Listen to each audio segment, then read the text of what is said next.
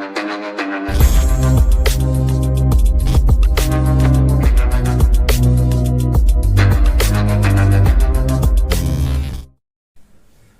my dear student, welcome to my channel Concept of Mathematics। मैं उम्मीद करता हूं कि आप ठीक होंगे, स्वस्थ होंगे और घर में रहकर पढ़ाई कर रहे होंगे। बाहर निकलने की कोई आवश्यकता नहीं है। मैं भगवान से ये प्रार्थना करता हूं हाथ जोड़कर, हे ईश्वर हमारे सभी विद्यार्थियों को, हमारे सभी चाहने वालों को स्वस्थ रखें, सुरक्षित रखें। हम लोग आज के वीडियो में पॉलिनोमियल जो हाई स्कूल का दूसरा चैप्टर है स्टार्ट करने जा रहे हैं। पॉलिनोमियल को स्टार्ट करने के लिए सबसे पहले कुछ टर्म हैं जिन्हें हमें समझना होगा। सबसे पहले कांस्टेंट टर्म, यानी कांस्टेंट किसे कहते हैं, क्योंकि पॉलिनोमियल में जब इसको लिखना होगा तो हमें अलजेब्रिक एक्सप्रेशन को लिखना होगा और अलजेब्रिक एक्सप्रेशन में ये सब चीजें आती हैं, कांस्टेंट भी, वेरिएबल भी। तो कांस्टेंट को हम समझते हैं सबसे पहले कि कोई भी सिंबल जिसकी एक फिक्स वैल्यू होती है, यानी कह सकते हैं कि ये symbol have a fix value is known as a constant. जैसे हम कहते हैं कि 4, 3, 5, 6, क्योंकि इनकी वैल्यू बदल नहीं सकती। हम कह के 4 आम, तो ऐसा नहीं कोई 5 आम ला देगा या 3 आम ला देगा, क्योंकि 4 का मतलब 4 ही होता है। तो जो भी सिंबल फिक्स वैल्यू रखते हो उन्हें हम कांस्टेंट कहते हैं। वेरिएबल, ऐसे सभी सिंबल जिनका मान फिक्स नहीं होता है उन्हें हम वेरिएबल कहते हैं। जैसे एक्स वाई जेड, हम आम बचपन से ये प्रयोग करते हुए आ रहे हैं। क्लास 6 हो, 7th हो, 9th 12th, हर जगह तो जो भी हम वर्ड लेटर प्रयोग करते हैं, x y z, p q r s t, ये सब के सब जो हैं वेरिएबल्स कहलाते हैं। वैसे हम एक और एग्जांपल दे सकते हैं कि अगर हम किसी सर्कल का area a is equal to pi r square रखते हैं तो r एक ऐसा वैल्यू है जिसका मान परिवर्तित होता रहता है। तो और a की वैल्यू, r के मान जैसे जैसे परिवर्तित होगा a की वैल्यू भी परिवर्तित होगी, a की वैल्यू भी चेंज होगी। तो उसमें a जो है डिपेंडेंट वेरिएबल हो गया और r जो है इंडिपेंडेंट हो गया। यानी r की वैल्यू स्वतंत्र रूप से कुछ भी रखा जा सकता है, तो a की वैल्यू उसी पर डिपेंड करेगी। तो ये वेरिएबल्स होते हैं। वेरिएबल भी 2 प्रकार के होते हैं, डिपेंडेंट और इंडिपेंडेंट वेरिएबल। लेकिन यहां पर उसकी जरूरत नहीं है। यहां पे तो सिर्फ हम लोग कांस्टेंट और वेरिएबल की सिंपल बात करेंगे। अब आता है अलजेब्रिक एक्सप्रेशन। तो थोड़ा मैं लिख के भी दिखाता हूं। कांस्टेंट,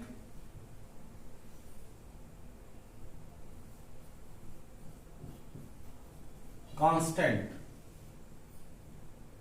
3, 4, -7/2 पाई etc, ये सब के सब कांस्टेंट है। और ये एक सिंबल है जो फिक्स वैल्यू रखते हैं। 3 कहने का मतलब 3 ही होगा, 4 नहीं हो सकता है, 5 नहीं हो सकता है। और variable, a symbol have a fixed value, sorry, a symbol have a not a fixed value, उनके पास फिक्स वैल्यू नहीं होती है।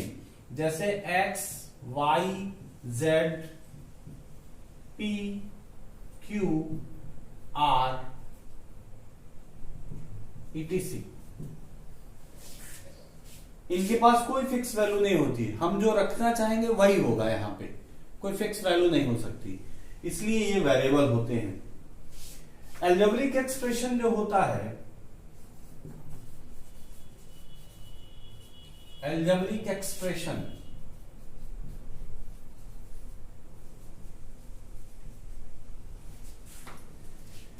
तो combination of constant and variable, इन दोनों का कॉम्बिनेशन, और किसके द्वारा, वो कॉम्बिनेशन जो है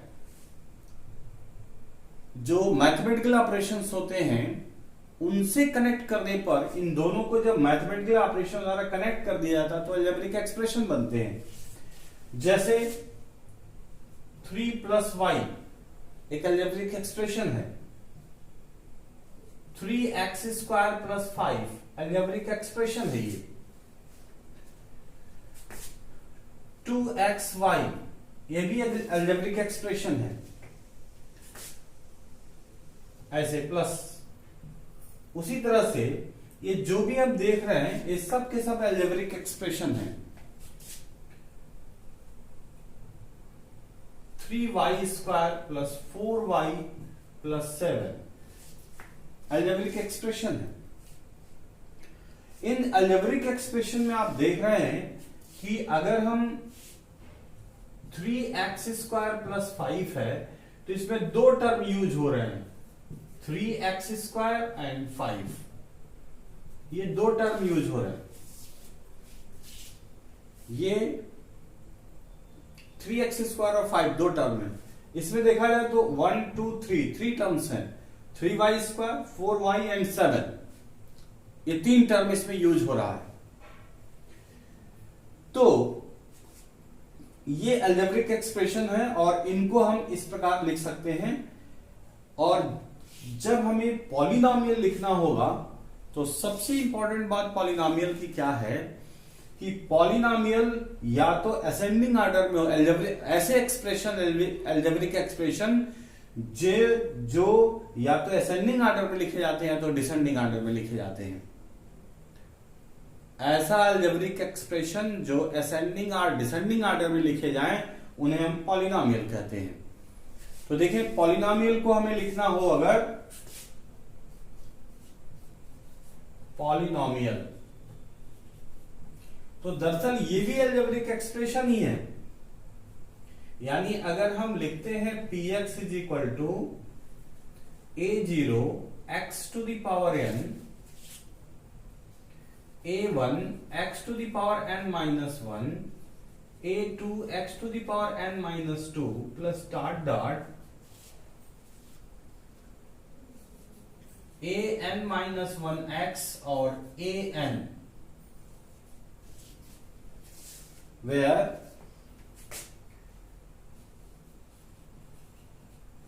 a0 a1 a2 an are real number। ये रियल नंबर है और n पॉजिटिव इंटीजर है।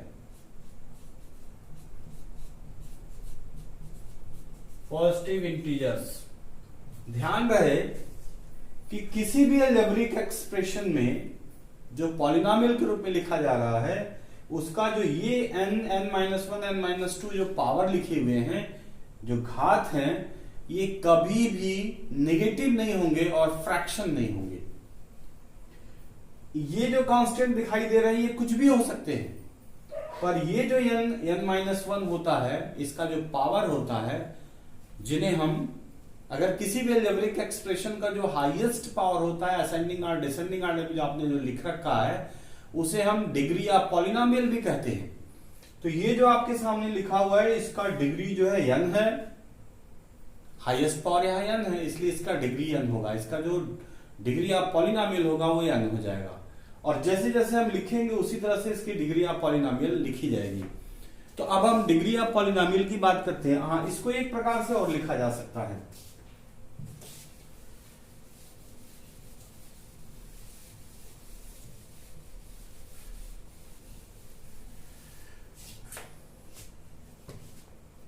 इस पॉलिनॉमियल्स को हम लोग, ये तो जो हमने लिखा है ये डिसेंडिंग ऑर्डर में, अक्सर आपने देखा होगा इस ऑर्डर में भी लिखे जाते हैं, a1x plus a2x² plus a3x³ plus an(x⁻n), यानी अब घटते हुए क्रम में, बढ़ते हुए क्रम में लिखा गया है। जैसे हम यहां लिख के दिखा रहे हैं कि px = 7x⁻³ 6x³ square and 5x + 4, ये डिसेंडिंग ऑर्डर में है। और दूसरा पॉलिनोमियल मैं लिखता हूं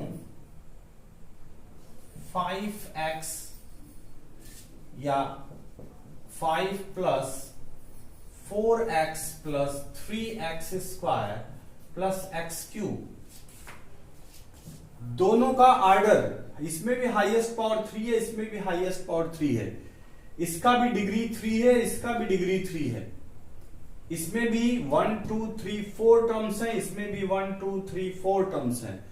ये सिर्फ लिखा गया है असेंडिंग ऑर्डर में, ये डिसेंडिंग ऑर्डर में लिखा गया घटते हुए क्रम में। देखिए 3 2 1 0, और ये बढ़ते हुए क्रम में लिखा गया है 0 1 2 3।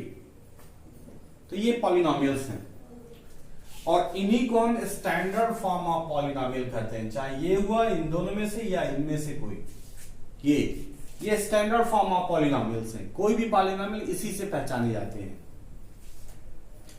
और इनकी डिग्री, अगर हम कोई भी पॉलिनोमियल लिखते हैं, मान लीजिए कोई पॉलिनोमियल मैं लिख रहा हूं इस तरह से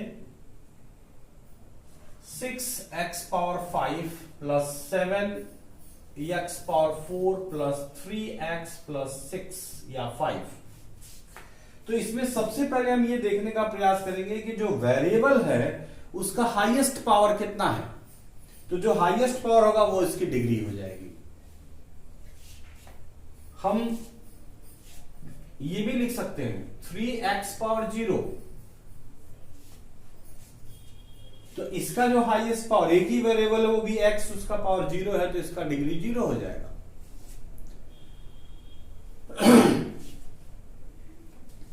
अब हम लोग टाइप ऑफ पॉलिनोमियल्स पे चलेंगे।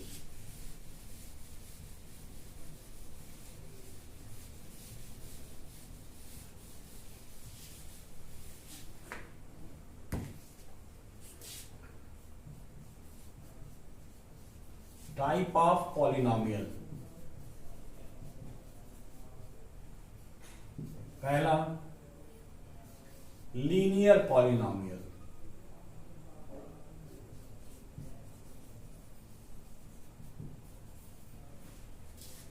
ये लिखते हैं हम लोग px = ax + b, ये लीनियर पॉलिनोमियल हो गया। और इसका हाईएस्ट पावर क्या है 1, तो इसकी डिग्री क्या हो गई 1, इसलिए इसको लीनियर पॉलिनोमियल कहते हैं। दूसरा क्वाड्रेटिक पॉलिनोमियल, ये हम लोग लिख सकते हैं px = ax² + bx + c। इसका जो हाईएस्ट पावर है 2 है। जो वेरिएबल इसमें दिख रहा है इसका हाईएस्ट पावर क्या है 2 है, इसलिए ये क्वाड्रेटिक कहलाता है। तीसरा क्यूबिक पॉलिनोमियल। क्यूबिक पॉलिनोमियल को हम लोग लिखते हैं जिसका हाईएस्ट पावर 3 हो, यानी ax³ + bx² + cx + d। तो ये क्यूबिक हो गया। बाई क्वाड्रेटिक, बाई क्वाड्रेटिक में ये हम लोग लिखते हैं px ax⁴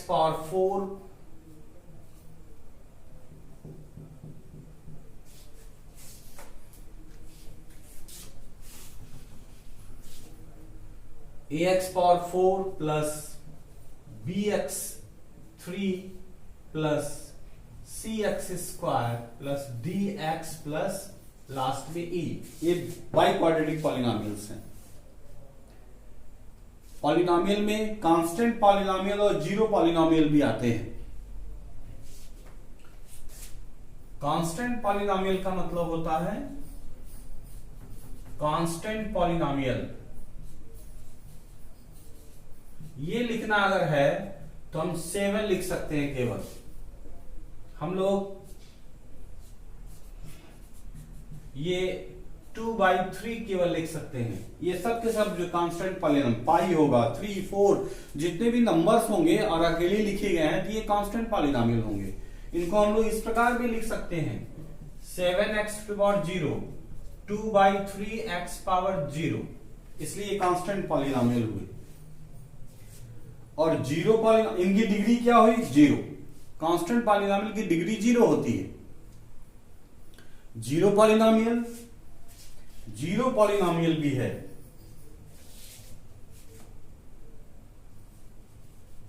जीरो पॉलिनॉमियल, ये वास्तव में px = 0।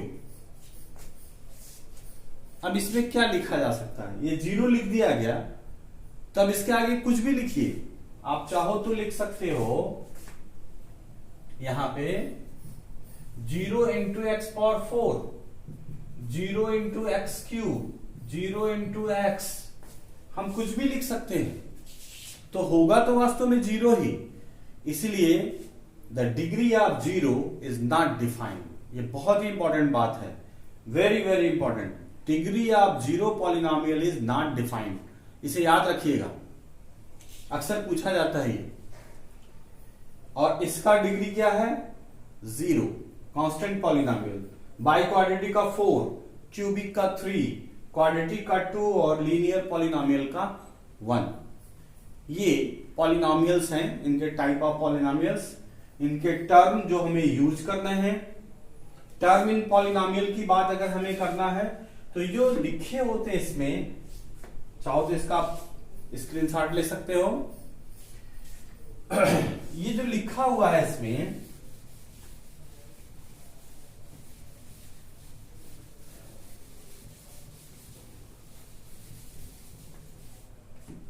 जैसे हम कोई पॉलिनॉमियल लिखते हैं, quadratic polynomial 3x² + 4x + 5,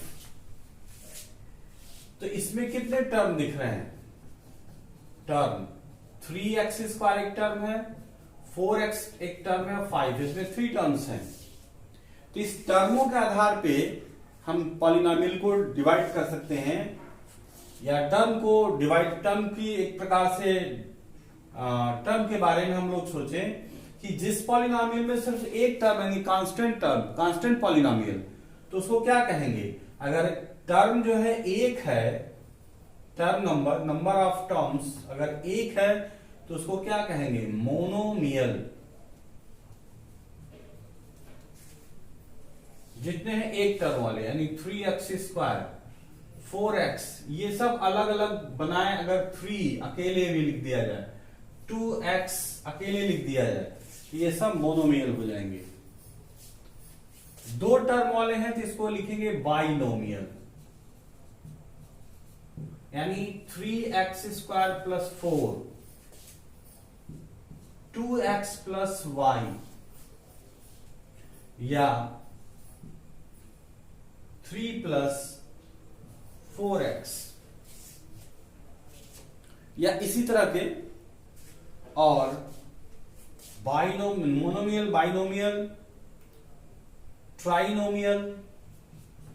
trinomial का मतलब 3 टर्म वाले, टेट्रानोमियल 4 टर्म वाले। तो ऐसे हम आगे लिखते जाएंगे, पेंटा, हेक्सा, हेप्टा, जितने टर्म होंगे इनका एक न्यूमेरिकल नाम है। मोनोमियल बने 1, बाइनोमियल बने 2, ट्राइनोमियल बने 3, टेट्रा बने 4, पेंटा बने 5। ये अलग अलग नाम के से जाने जाते हैं ये। तो अब हम इसके चलेंगे कि जीरोज ऑफ पॉलिनॉमियल्स, ये बहुत इंपॉर्टेंट है।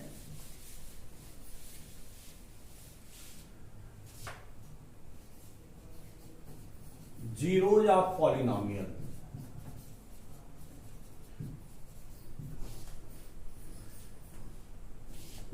जिस पॉलिनॉमियल के जितने डिग्रीज होते हैं उतने ही जीरोज होते हैं। जैसे अगर हमारे पास पॉलिनॉमियल 3x + 4 है, और इसके जीरोज अगर निकालने हैं तो इसका पावर 1 है, हाईएस्ट पावर 1 है, तो पक्का इसका एक ही जीरोज होगा। और जीरोज निकालने का तरीका क्या होता है कि पॉलिनोमियल को फैक्टराइज करके, जिसमें कुछ फैक्टर करना नहीं है, उसको हम जीरो के बराबर इक्वेट कर देते हैं, अर्थात 3x plus 0 equals to 3x plus 4 equals to 0। तो इसकी वैल्यू निकाल लेंगे -4, rx इज इक्वल टू -4/3। ये इसका जीरोज हो जाएगा। यानी value of x when polynomial equated to equals to 0, find the value of x is known as the zeros. अगर क्वाड्रेटिक है, अगर मान लो हमारे पास क्वाड्रेटिक पॉलिनोमियल्स हैं कि x square plus 7x plus 12, इसको फैक्टराइज कर दें तो क्या होगा, x square plus 3 plus 4x plus 12, factorise करेंगे तो x square plus 3x plus 4x plus 12, x common x plus 3, 4 common x plus 3, तो फैक्टराइज हो गया x प्लस 3 और x प्लस 4। अब जब फैक्टर हो गया तो इक्वल्स टू 0 करना होगा जीरोज के लिए। For zeros x plus 3 equals to 0 और x प्लस 4 इक्वल्स टू 0, तो देखिए यहां पे क्या होगा, this implies that x is equal to -3 और x इज इक्वल टू -4। ये दो जीरोज आ गए। तो जितने पॉलिनोमियल की डिग्री है उतने जीरोज होंगे, ठीक है। तो ये जीरोज ऑफ पॉलिनोमियल हो गए। अब जरा देखिए कि जीरोज ऑफ पॉलिनोमियल को ही हम ग्राफिकली अगर देखें तो कोई भी ग्राफ अगर हम बनाते हैं तो ग्राफ एक्स एक्सिस को कितनी बार कट करता है ये देखना पड़ेगा। तो मान लीजिए ग्राफ हम अगर ऐसे बना देते हैं पैरेलल, तो ये एक्स एक्सिस को कितनी बार कट कर रहा है, एक बार भी नहीं। इसका मतलब इसका जो जीरोज होगा, जीरो होगा, कुछ नहीं होगा, जीरो। अगर मान लीजिए कोई फिगर हम बनाते हैं और ये पॉलिनोमियल अगर ऐसे है, इसका फिगर ऐसे बनता है, तो y और x, आप इस फिगर को देख के बता सकते हो कि कितनी जगह कट कर रहा है, 2 जगह। इसका मतलब इसका जीरोज कितना होगा, 2। ऐसे ही हम लोग अगर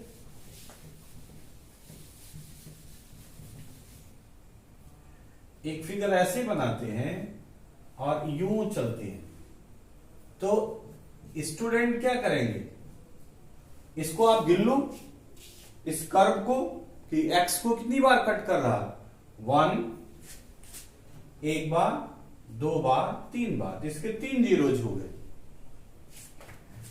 अगर कोई ग्राफ इस प्रकार से कट कर रहा है यहां, तो इसके एक ही जीरोज होगा, मात्र एक जीरोज, क्योंकि एक्स एक्सिस को एक जगह टच कर रहा है। और अगर कोई ग्राफ इस प्रकार से है, कहीं कोई टचिंग नहीं है, कहीं कोई एक्स एक्सिस को कट नहीं कर रहा है, तो इसका नंबर ऑफ जीरोज कितना होगा, 0। तो इस प्रकार से हम ये एक्सरसाइज 2.1 को हम एक्सरसाइज जो दिया गया उसको देखकर, ग्राफ को देखकर आप बता सकते हो कि कितनी बार कितने जीरोज उसके होंगे। इसके बाद जो है, जो सबसे इंपॉर्टेंट बात है, 2.1 के लिए हम एक रूल बताते हैं और एक सवाल लगा के दिखा देते हैं, एक एक सवाल एक्सरसाइज। फिर हम एक्सरसाइज को दूसरे वीडियो में एक्सरसाइज को हम लगा के दिखा देंगे, पूरा एक्सरसाइज 2.1 और 2.3, क्योंकि दोनों एक ही जैसे हैं लगभग। तो कोशिश की जाएगी कि अलग अलग वीडियो बन जाए ताकि आपको सुविधा हो, समय ज्यादा ना हो और आप आसानी से देख सको। 2.1 के लिए सबसे इंपॉर्टेंट क्या है कि रिलेशन बिटवीन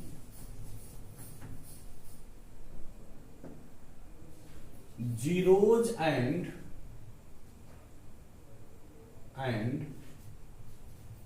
कोएफिशिएंट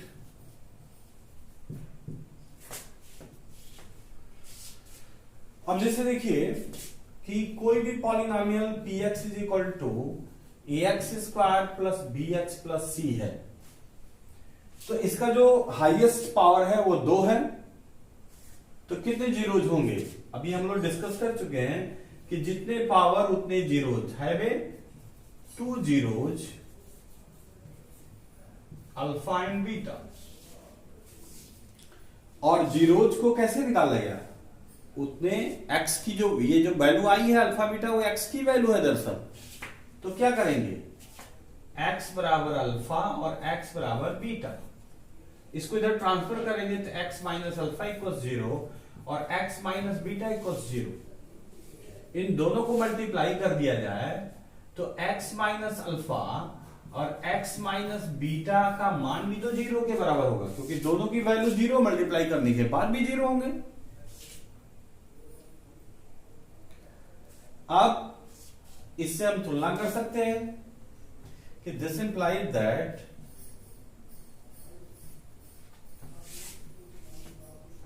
कि A x square plus B X plus C, अब इनको जब इक्वेट करना होगा तो एक कांस्टेंट के लगा करके x माइनस अल्फा और x माइनस बीटा कर लेंगे, इसको कैलकुलेट कर लिया जाए। तो जब हम लोग कैलकुलेट करेंगे तो क्या होगा? k इन दोनों को मल्टीप्लाई कर लीजिएगा तो आएगा x square minus alpha plus beta x plus alpha beta, ये आएगा। ब्रैकेट खोल दिया जाए तो k x square minus k alpha plus beta x plus के अल्फा बीटा, ये हमारा कितने के बराबर आ जाएगा? कितने के बराबर? A x square plus B X plus C. On comparing, अगर इसे हम कंपेयर करते हैं ऑन कंपेयरिंग, तो देखें कंपेयर करेंगे तो क्या होगा?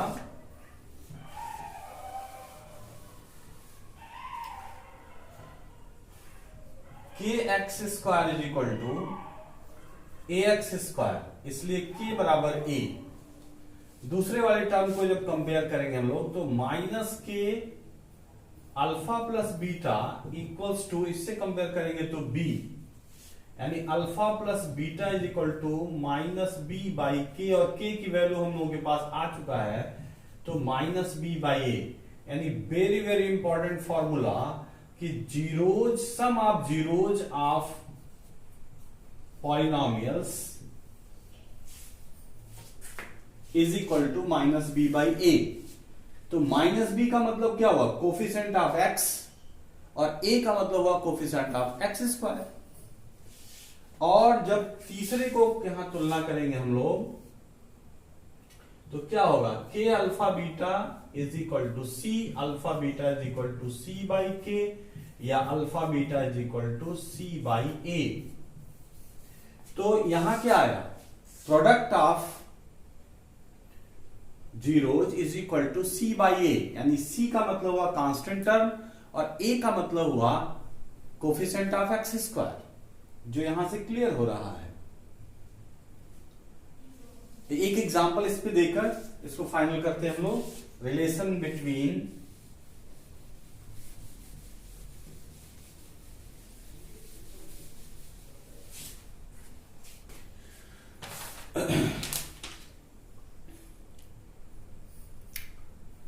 Six x square minus 3 minus 7x, 6x square minus 3 minus 7x। अगर इस पॉलिनोमियल को देखें ध्यान से तो ये करेक्ट ऑर्डर में नहीं लिखा हुआ है, तो इसको पहले तो करेक्ट करिए, असेंडिंग ऑर्डर डिसेंडिंग ऑर्डर। तो 6x square minus 7x minus 3, अब ये करेक्ट हो गया। फैक्टर किया जाए, 6 3 18, 6 3 जा 18, 6 3 जा 18, और 7 है तो 9 इंटू 2 यानी 9 माइनस 2, 9 दूनी 18, और 9 में से 2 जाएगा तो कितना आएगा? 7 आ जाएगा। तो इसको फैक्टराइज कर लेते हैं, तो ये होगा 6x square minus 9 two x minus 3, 6x square minus 9x plus 2x minus 3 इसमें से 3x कॉमन होगा तो 2x माइनस 3, इसमें 1 कॉमन होगा तो 2x माइनस 3।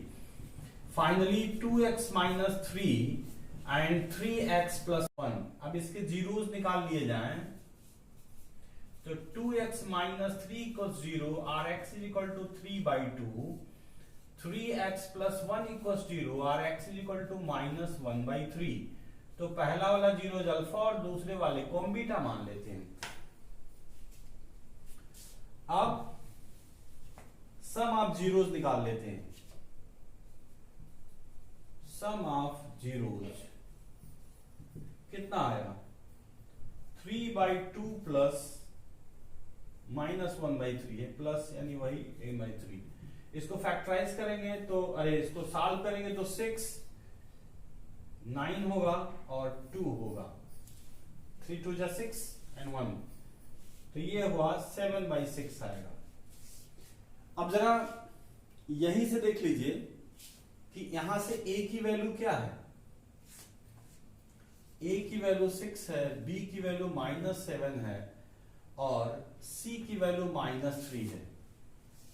तो जरा यहां अल्फा प्लस बीटा निकालो, -b/a होता है और -7/a का मतलब कितना हो गया? 6। तो कितना आ गया? 7/6। और यहां भी कितना आ रहा है? 7/6। Product of zeros, product of zeros ये कितना आया? 3/2 इंटू -1/3, तो 3 से 3 कैंसिल होगा, -1/2। और प्रोडक्ट का फॉर्मूला क्या है? Alpha beta is equal to c/a। c की वैल्यू देखिए क्या आया है? -3 और a की वैल्यू कितना है? 6। सॉल्व कर लीजिए, -1/2। तो वेरिफिकेशन भी हो गया कि हमने फैक्टर किया और वेरीफाई कर लिया sum of zeros and product of zeros. एक इसी 2.1 के जो दूसरा सवाल है वो भी इसी प्रकार से है। वो बहुत ही इंपॉर्टेंट है कि अगर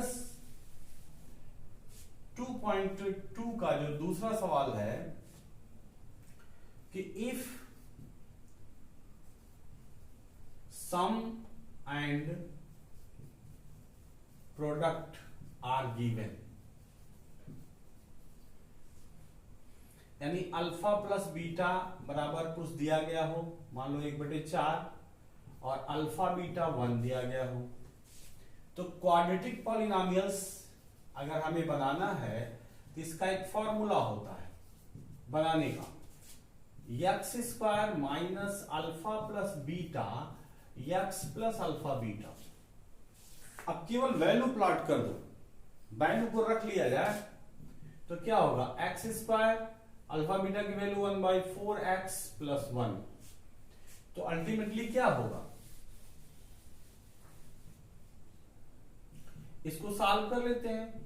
4 तो ये हो जाएगा 4x² माइनस x प्लस 4, अर्थात 1/4 को बाहर कर लेते हैं तो 4x² माइनस x प्लस 4। तो ये k की वैल्यू आ गई जो अभी हम पहले लिखे थे, k अल्फा माइनस बीटा और अल्फा x माइनस अल्फा और x माइनस बीटा, तो वही k की वैल्यू यहां अपने आप निकलती है। तो ये हमारा आंसर होगा। अगर कोई पूछता कि ये हमारा आंसर होगा पॉलिनोमियल्स, तो इस तरह से हम एक्सरसाइज को पूरा कर सकते हैं। इसका जो अगला वीडियो हम बनाने वाले हैं वो 2.1 को पूरा लगाएंगे और 2.3 को भी शामिल करेंगे, क्योंकि 2.1 में 2 ही सवाल हैं। उसको विधिवत समझाते हुए सवालों को हम इस वीडियो को अगला वीडियो बनाने वाले हैं।